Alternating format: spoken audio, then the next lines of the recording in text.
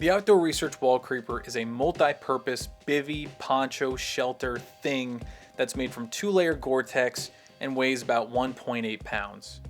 And it comes in 3 NIR compliant colors, which are everyone's favorite guacamole camo, or AOR2, multicam, as well as the AOR1 version that I'm going to be using in this video. I couldn't find a lot of good information on this thing, but I'm going to guess that it was issued to special operations groups, but it makes for a great ultralight backpacker's companion. Hey guys, Kid Creep here. As you can tell, I chose another beautiful day to be doing this, but it's for the LARP, right? We got LARP correct weather. So what is the Outdoor Research Wallcreeper? It's essentially the Thneed from the Lorax. So what sets the Wallcreeper apart from other ponchos on the market is that A, it's made completely out of Gore-Tex and not from some, plastic or rubber type material, and the fact that it's shaped more like a tube rather than a square or a rectangle. And as you can see here, there's a draw cord at the bottom that you would use to seal it up as a bivvy, but you can also cinch it around your waist in order to free up your legs and then be mobile inside of it. So from my experience, I would say that this is more like a bivvy that you can also wear as rain gear as opposed to rain gear that can double as a bivvy. But regardless, this is still great for freeing up some space inside of your ruck. However, the hood on this thing is actually better than most hoods that I've used on like real rain jackets. The brim is very stiff, so it stays out of your face, which is great. And they even thought to include a drawstring on the back of the hood that secures it to the back of your head so it doesn't fly off under strong winds. You definitely aren't going to be doing any technical climbing inside of this thing, but just regular walking around, it's totally fine, However, if you are doing more technical things, if you are going, over rocks and rock scrambling, you're going to have to do this kind of, this silly little thing where you're going to have to lift up your skirt. And, but the biggest downside is that when you unzip this, you can see that it's actually cinched around my waist. So what's so bad about that? Well, if you do have rain, it'll get in there and then pool up, and then you'll be walking around with a jacuzzi inside of you. Having that cinched down the way that it is, it means that there's not a lot of airflow in here. So it's gonna make you want to unzip this and dump some heat. But in reality, you're just gonna get water down in there and it's just gonna fill this up. By the way, another neat little thing that I just realized, if you cinch it up above your waist, you still have access to all your pockets and stuff, and then you can just drop it back down. That way you don't have any need for, pass-through pockets or anything. So the USGI wet weather poncho is what this thing is most likely going to replace in your pack. So how do they stack up? Well, as a poncho, I would say that the USGI wet weather poncho is going to win. And that's just because it's a real poncho. It allows for a lot of freedom of movement. It's a very open design, so it breathes really well, so it doesn't even need to be made of Gore-Tex. And as you'll see here, it's very quick and easy to throw over you and your equipment. So if you're wearing plate carrier, chest rig, and a pack, you can just throw it over you in a pinch. However, this thing kind of suffers as a shelter or as a bivvy, and that's just because it's just a little small for a tarp shelter, and it can't fully seal itself off to be a proper bivvy. It's more like a waterproof blanket that button snaps to itself. I wouldn't throw a down sleeping bag inside of the USGI wet weather poncho. And as you can see here, I'm trying to throw the Wallcreeper over me like I did with the USGI wet weather poncho, but it's just not working out. And that's just the trade-off of designing something that's going to seal itself off better than the USGI poncho. Because now that we have a real tube design and we have waterproof zippers and storm flaps everywhere, it's going to be more complex and not as hasty as a regular poncho. But here you'll see, as a bivvy, this is where this thing really shines. One of the things that makes this an excellent bivvy but not so great as a poncho is the fact that it has both a waterproof zipper as well as a storm flap. And at the bottom here you'll see that you use the same draw cord that makes it secure around your waist to close off the bottom, and then you tuck it inside of that little Gore-Tex sack. And then that little Gore-Tex sack even tightens down with its own draw cord. And yeah, it kind of looks like something out of Tremors, but I guess that's where it gets the creep in its name. Now, when it finally comes to bedtime, the Wallcreeper doesn't have any tie-off points on the inside to mate with a specific sleeping bag, kind of like with the modular sleep system or the Marine Corps' 3-season sleep system. So you're really just going to shove whatever sleeping bag you have on the inside. So I like that because it makes this pretty general purpose and it has a lot of room for some pretty thick sleeping bags, but it's not going to attach directly to a sleeping bag and keep them from twisting around on each other. The Wallcreeper also has a ton of bar tack tie down points all over it, and that's mainly for use as a shelter, but as a bivvy, you can actually use those to stake it into the ground to keep you from sliding down slopes, or you can use it to attach yourself to portaledges on big walls, or just ledges on a mountain. So I'm pretty sure that the Outdoor Research Wallcreeper was actually designed with the X-Bed Wallcreeper sleeping bag in mind, which is a down-filled mobile sleeping bag, very similar to the Wallcreeper, where it's got zippered armholes and a fully opening bottom so that you can use your legs. And this is really cool because now you've combined all of your warming layers and your sleep system into one, and then all of your rain gear, shelters, bivvies into one garment. So in cold, wet weather, you're really only needing to carry your mobile sleeping bag and the Wallcreeper. This is great because it sheds a lot of weight and it's a really great option for ultralight backpackers. However, the X-Bed Wallcreeper is discontinued, unfortunately. The X-Bed Dreamwalker is what's taken its place and is the current production model. There's also the Combat Mobility sleeping bag and the Sierra Designs Mobile Mummy sleeping bag. These are all really awesome sleeping bags. However, they're all going to run you between, $400 to $800. I personally just like to sleep in the PCU level 7. However, I did want to be able to showcase an example of one of those mobile sleeping bags. So what I have here is the Austrian Army mobile sleeping bag. These are commonly referred to as the Austrian sniper sleeping bag. Not sure if snipers use them, but that's how you're gonna find them on eBay. It looks like these things were going anywhere for between $20 to $30 a little while ago. However, it looks like the US supply has dried up and you can only get them from Europe now. And not to get too specific, but I am over 6 foot and this sleeping bag is supposed to pull over your head, kind of like a mummy, to give it that mummy cold weather sort of a feature. But I'm too tall for it. Even without boots on, I can't really squeeze my head in there. I'm just gonna compress my spine even further. This is the heaviest sleeping bag I've ever felt in my entire life. And in terms of combining items in your rucksack to condense it, you're going to be adding a ton of weight because of how much this thing weighs. Also, this thing does not compress.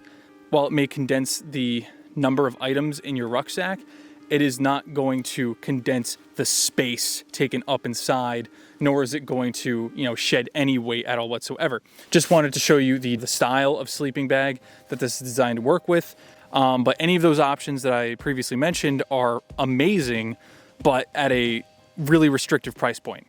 You can also easily convert this thing from a poncho to a bivvy while wearing it. And that's great for trying to keep the rain off of you and out of your bivvy and sleeping bag while you're transitioning from being active to bedtime.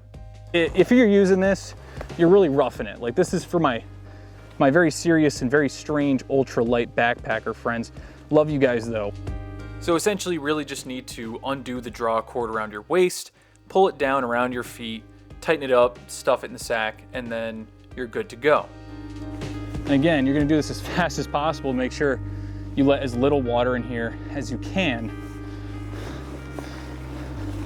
And that's really the worst part. Once you have that all cinched up and tucked in, then you just need to button down the hood to the 3 plastic button snaps on the body, and then pull your arms in and zip up the armholes from the inside. And as always, if you're on a slope, make sure that your head is above your feet. That way water runs off of your face rather than running into the hole. Everything about what's going on right here is pretty strange. You're gonna be sleeping in some kind of season where the bugs are gonna be brutal. This is not the bivvy for you. I would not recommend this. Obviously, the military doesn't really care about that. They got bigger things to worry about. But as a backpacker, as an outdoorsman, I don't want bugs crawling in directly where my face is. That kind of stinks, right? And the bugs are gonna smell that carbon dioxide coming off your breath. They're gonna be attracted to it and they're gonna crawl in right where your face is.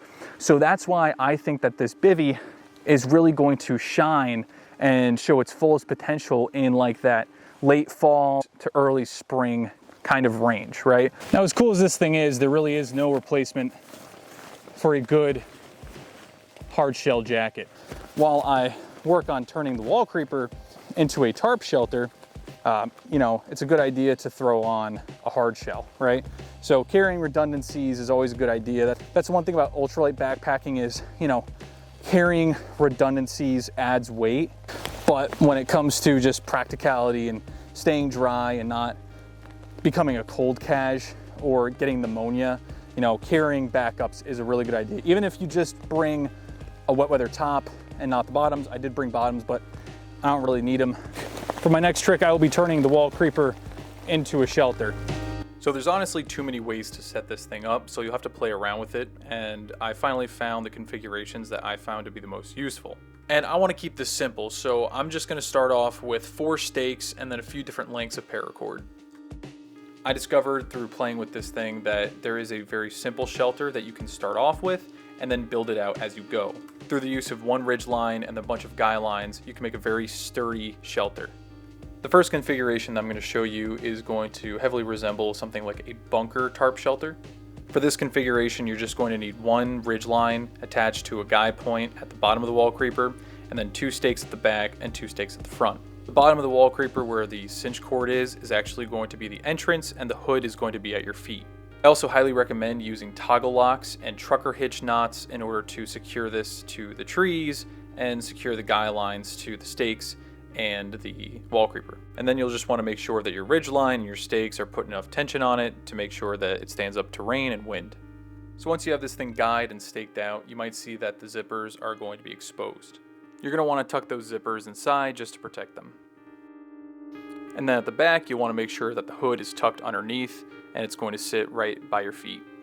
So in its simplest configuration, this is what your finished product is going to look like. You'll have a taller A shape at the entrance, and then it will slope down at your feet. Now, the AOR1 is actually doing a really good job of blending in with the dead leaves, but you probably can't tell because Canada decided to turn the sky orange this day. I'm now going to expand it a little bit to give me extra weather protection. This is going to ensure that the rain will run off and not pool up in the center and collapse it. This is also going to give me a little bit of space on the inside. And now the cord counter is at 2 with 1 ridge line and 1 guy line. Now obviously this doesn't give you enough room for your head to even sit up or kneel, but it's going to give you just a little bit extra room for some of your gear that you might put inside. And here you'll see the toggle locks that we can use to hastily take down the shelter. Now there's a lot more tie down points for guy lines, so what we're going to do is we're going to expand this just a little bit. So this next configuration is going to be a little bit more complex, but it's only going to use 1 more length of cordage and still only using 4 stakes. So instead of using a single ridge line in the middle tie down point at the bottom of the Wallcreeper or the entrance, we're instead going to use both of the tie down points at the left and right of that middle tie down point. This is going to expand it widthwise just a little bit, and this is going to be much more helpful in the winter where you're going to be wearing more layers or a thicker sleeping bag. However, it's going to be just as low profile. And now you'll see that we have a little bit more of a squared off shape at the front. Now, if rain is going to be a concern, then you may want to guy out that middle point just to give it a little bit more of a peak to encourage runoff of rain. So in terms of the expanded configurations, I think that this is my favorite one because it gives you a little bit more room on the inside widthwise for gear. It's very sturdy and it's still extremely low profile. It's going to be sitting well below the knees.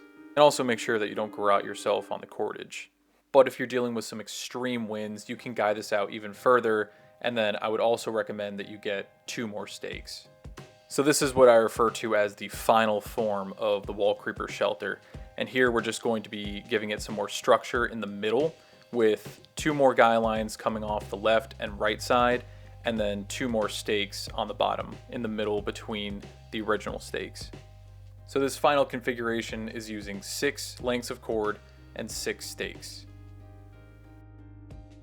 So any configuration of the Wallcreeper is going to be pretty complex, and that's why something like the USGI wet weather poncho comes in handy, because it's going to make very quick and easy shelters to waterproof you and your gear, and they take down just as quickly. Tarp shelters are extremely useful, and you probably saw earlier that I was using it to keep my gear dry while I was messing around with the Wallcreeper.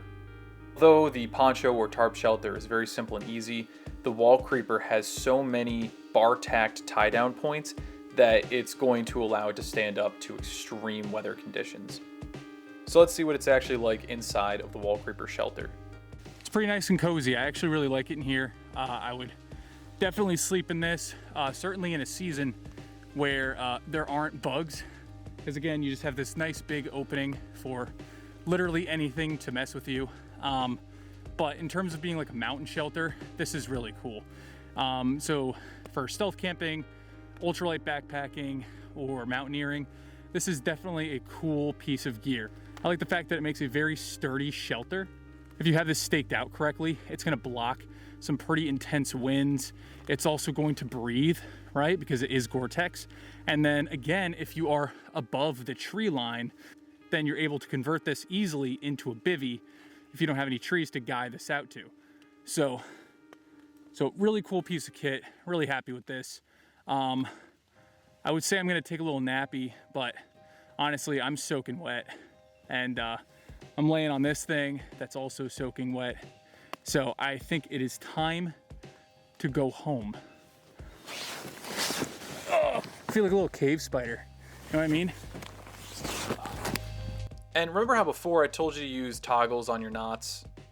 Well, here you can see how quick and easy it is to take this thing down in a pinch. This is going to be really helpful for stealth campers and especially for the military, because if you need to get the hell out of Dodge quickly, the toggle is going to allow you to quickly remove the wooden toggle, and it will separate from the guy line and your stakes. And yeah, you'll have to leave those behind, but at least you have your Wallcreeper, which can also act as a bivvy and a poncho.